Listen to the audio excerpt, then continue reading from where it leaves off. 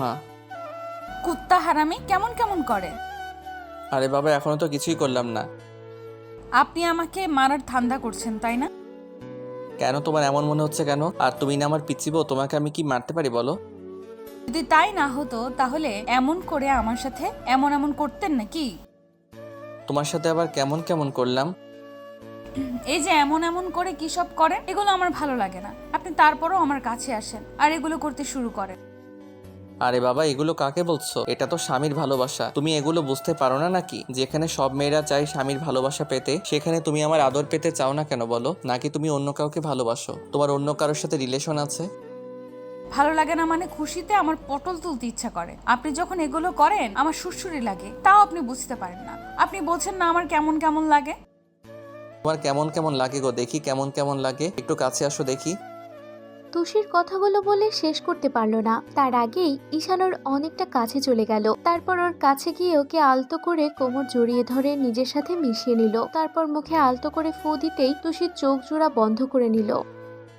তখন ঈশান ওর দুই গালে দুইটা কিস করে তারপর আলতো ঠোঁট জোড়া ছোঁয়াতেই তুষি ড্যাব ড্যাব করে তাকিয়ে রইল। তখন ঈশান ওকে ছেড়ে দিয়ে তারপর কপালে ভালোবাসার স্পর্শটা দিয়ে বুকের সাথে জড়িয়ে নিয়ে বলতে লাগলো, আচ্ছা, আমার ভালোবাসাটাকে তোমার কাছে খুব বেশি অসহ্য লাগে পিচ্চি? আপনি আমাকে সবসময় পিচ্ছি বলেন, তাহলে পিচ্চির সাথে এগুলো করতে ভালো লাগে আপনার? আপনি এইসব উল্টাপাল্টা কাজ একদম করবেন না। পিচ্চিদের সাথে এইসব করতে হয় না, আপনি সেটা জানেন না। দেখো, তুমি যতটা ন্যাকা সাজার চেষ্টা করো আর যতটা ছোট সাজার চেষ্টা করো, তুমি ততটা নও। আমি সেটা খুব ভালো করেই জানি, তা এত ঢং করো না তো। তুমি জানো আমি কি চাই, আমার মন কি চাই, স্বামী স্ত্রীর কাছ থেকে কতটুকু ভালোবাসা চাই, তার কাছে কি পেতে চাই, তুমি সেটা খুব ভালো করেই জানো। আমি কিছু জানি না আর আমার কিছু জানতে হবে না, ছাড়ুন আমাকে। আপনি কেমন কেমন যেন করেন সব সময়, আপনাকে বোঝাতেই পারি না। আপনি যখন আমার কাছে এসে এগুলো করে তখন আমার শরীরের মধ্যে কেমন কেমন হয়, আপনাকে আমি বোঝাতেই পারি না। তারপরও আপনি আমাকে কষ্ট দেওয়ার জন্য এমন করতেই থাকেন। আচ্ছা যাও, তোমাকে ছেড়ে দিলাম, কিন্তু এখন বলো তোমার কেমন কেমন লাগে, তুমি সেটা তো বলবে আমাকে। আরে বাবা, আমি তো আপনাকে সেটাই বোঝাতে পারছি না। মনে হয় আমি শেষ হয়ে যাব, আমি না ভয় পেয়ে যাই, তাই আপনাকে কিছু বলতে পারি না। কিন্তু আমার না অনেক খারাপ লাগে, আপনি না আমার সাথে এগুলো করবেন না প্লিজ। আমি না আপনাকে ভয় কিছু বলতে পারি না।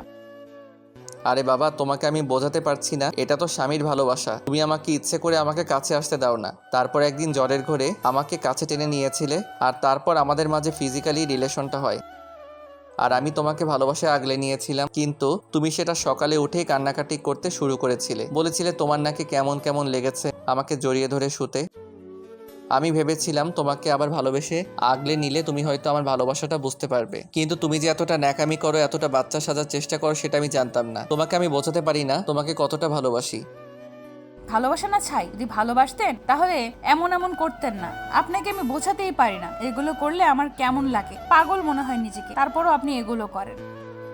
আরে বাবা, তুমি কি বুঝতে পারো না এটা স্বামীর ভালোবাসার পরশ, আর এটাই অনুভূতি সবাই চায়, কিন্তু তুমি এটুকু বোঝার চেষ্টা করো না কেন? আমার তো তোমার কাছে আসতে, তোমার থেকে এই ভালোবাসাটা পেতে ভালো লাগে, কিন্তু তুমি কেন যে আমার ভালোবাসাটা বুঝতে পারো না আমি জানি না। আচ্ছা পিচ্চি, কবে বুঝবে বলো তো আমার ভালোবাসাটা? নাকি আমি এতটাই অবহেলিত তোমার কাছে যার জন্য তুমি আমাকে ভালোবাসবে না কখনো?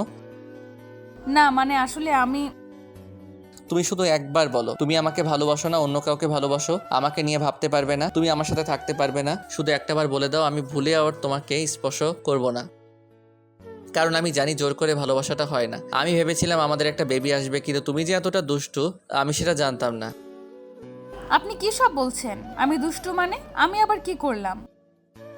আমি খুব ভালো করে জানি তুমি যে আমার ভালোবাসাটা বুঝতে পারো আর এগুলো করে করো, সেটা আমার বুঝতে বাকি নেই। কিন্তু একটা কথা কি জানো তো, তুমি বুঝে না বোঝার ভান করো, এর জন্য আমার খুব কষ্ট হয়। তুমি আমাকে ভালো না বাসলে সেটা বিয়ের আগে বলে দিতে পারতে, আমাকে বিয়ে না করলে সেটা তুমি একটাবার জানিয়ে দিতে পারতে। তারপরেও এমন কেন করো? আমি না এগুলো মেনে নিতে পারি না। তুমি শুধু একটাবার বলো তোমার বয়ফ্রেন্ড আছে কিংবা তুমি আমার সাথে থাকতে চাও না, আমি তোমাকে নিজের বাসায় পৌঁছে দিয়ে আসবো। আমি কথা দিচ্ছি, আমি তোমার আব্বু আম্মুকে বোঝাবো, তারপরও তুমি এরকম নাটকটা অন্তত করো না। আমি এগুলো মেনে নিতে পারছি না। ঈশানের কথাতে তুষি চুপ করে আছে। তখন ঈশান একটা তাচ্ছিল্যের হাসি দিয়ে বলতে লাগলো, তোমারই চুপ করে থাকাতেই বলে দিচ্ছে তুমি আমাকে কখনো ভালোবাসতে পারবে না, কখনো তুমি আমার কাছে আসবে না। জানো কলেজের কতগুলো মেয়ে আমার জন্য পাগল ছিল, আমি কাউকে পাত্তা দেইনি, কারণ জেনেছি যারা ভালোবেসে কাছে আসার চেষ্টা করে তারাই কষ্ট দেয়। তাই একটা নিষ্পাপ পিচ্চি পরীকে ভালোবাসবো যে কিনা আমার ভালোবাসাটা বুঝতে পারবে। আমি বকা দিলেও কখনো আমার মুখের উপর কথা বলবে না, কান্না করে দিয়ে আমাকে জড়িয়ে ধরবে। তার কান্না মাখা কণ্ঠ শুনে আমি তার উপর থেকে রাগ অভিমানটা ভুলে যাব। কিন্তু বুঝতে পারিনি যে তুমি এতটা বাচ্চামি করার চেষ্টা করবে। আচ্ছা ঠিক আছে, তুমি থাকো, আমি আর তোমাকে কখনো ডিস্টার্ব করতে আসবো না। তোমাকে আমি কিছু যতই বোঝানোর চেষ্টা করি না কেন, তোমাকে কতটা ভালোবাসি তুমি বোঝার চেষ্টাই করো না। ঈশান কথাগুলো বলে তুষি কাছ থেকে চলে গেল। আর তুষি কেমন করে যেন ওর দিকে তাকিয়ে রইল। তুষি যে কেন এরকম বাচ্চামি করে সেটাই ঈশান জানে না। আপনারা কি ভাবছেন এখানে কি হচ্ছে, তাই তো? আসলে তুষি ঈশানের আম্মুর বান্ধবীর মেয়ে। তুষি দেখতে একটু পিচ্চির মতো আর স্বভাবটাও তেমন, কিন্তু ঈশান জানে তুষি যেটা করে সেটা নিজে থেকেই করে আর কাউকে বুঝতে দেয় না। 3টা মাস আগে ঈশান জানতে পেরেছে, ভেবেছিল কতটা নাটক করতে পারে সেটা দেখবে, কিন্তু তুষি যে দিনের পর দিনে নাটকটা চালিয়ে যাবে সেটাই ভাবতে পারেনি ঈশান। তারপর ওর এরকম একটা কর্মকাণ্ডে ঈশান অবাক হয়ে গিয়েছিল। ভেবেছিল তুষির যদি মন থেকে সেদিন ওর ভালোবাসাটা নিজের মধ্যে নিবে, সেই দিনই ওরা বেবিটা নেওয়ার চেষ্টা করবে। কিন্তু ঈশান জানতো না তুষি ওকে ভালোবাসতে পারবে না। তো যেদিন ঈশান তুষিকে কলেজে প্রথমবার দেখেছিল সেই দিন ওর প্রেমে পড়ে গিয়েছিল, কারণ তুষি একদম পুতুলের মতো দেখতে ছিল আর এতটা মায়াবী যেটা আগে কখনো কোনো মেয়ের মধ্যে ঈশান দেখেনি। তারপর ওর পেছনে পড়েছিল, প্রায় 3টা মাস বোঝানোর চেষ্টা করত, কিন্তু পিচ্চি ওকে দূরে সরিয়ে দিয়েছিল। তারপর যখন প্রপোজ করে তখন ওই ঠিক একই ন্যাকামি করেছিল। তারপরে জানতে পারে যে তুষি ওর আম্মুর বান্ধবীর মেয়ে, তাও তুষি ওর বাসায় এসেছিল। তখন ঈশানের খুশিটা দেখে কে? ও সেই দিনই আব্বু আম্মুকে বলে দিয়েছিল ও তুষিকে পছন্দ করে, ভালোবাসে। সেটা শোনার পর আব্বু আম্মু অনেক বেশি খুশি হয়েছিল। আর তার 1 সপ্তাহ পরে ওদের বিয়ে ঠিক করতে তুষি বাসায় যায়, কিন্তু তুষি বিয়েতে রাজি হতে চাইছিল না কেন সেটাই ঈশান জানে না। তখন আম্মু ওর সাথে কথা বললে তুষি চুপ করেছিল। ওর আব্বু আম্মুকে ওকে অনেক জোর করে রাজি করায়। তারপর যে ওদের বিয়েটা হয়, ঈশান ভেবেছিল কিছুটা দিন তুষির থেকে দূরে থাকার চেষ্টা করলেও একটা সময় ভালোবাসাটা বুঝতে পারবে, তাই 6টা থেকে দূরে ছিল।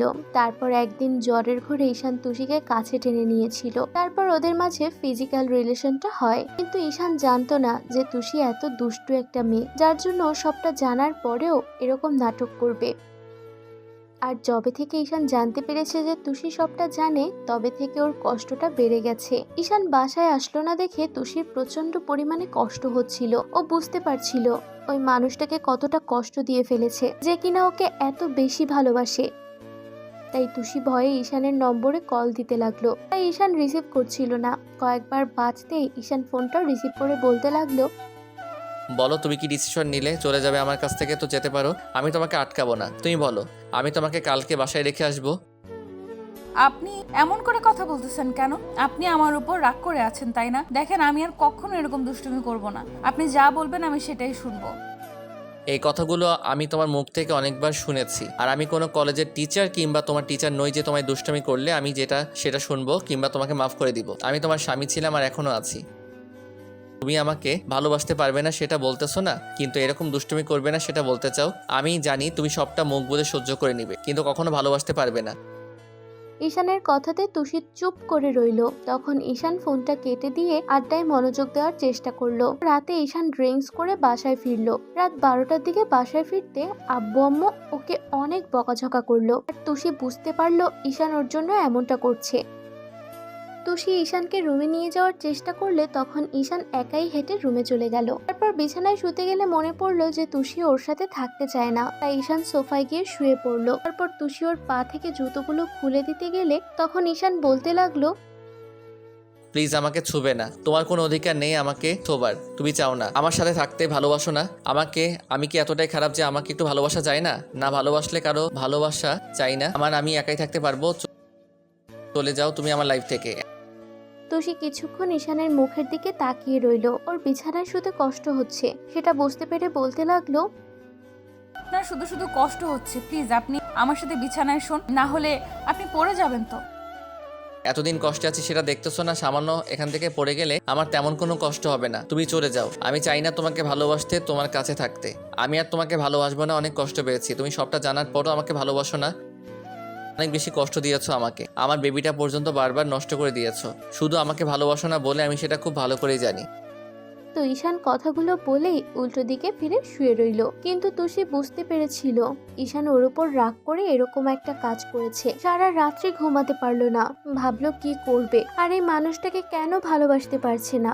হয়তো স্কুল লাইফের কোনো এক ঘটনা কেন্দ্র করে তুষি ছেলেদের ওপর ঘৃণা করে বলে ওকে ভালোবাসতে পারছে না। কিন্তু যে মানুষটা ওকে এত ভালোবাসে, সারা রাত ধরে ভাবলো তাকে কষ্ট না দিলেও পারতো।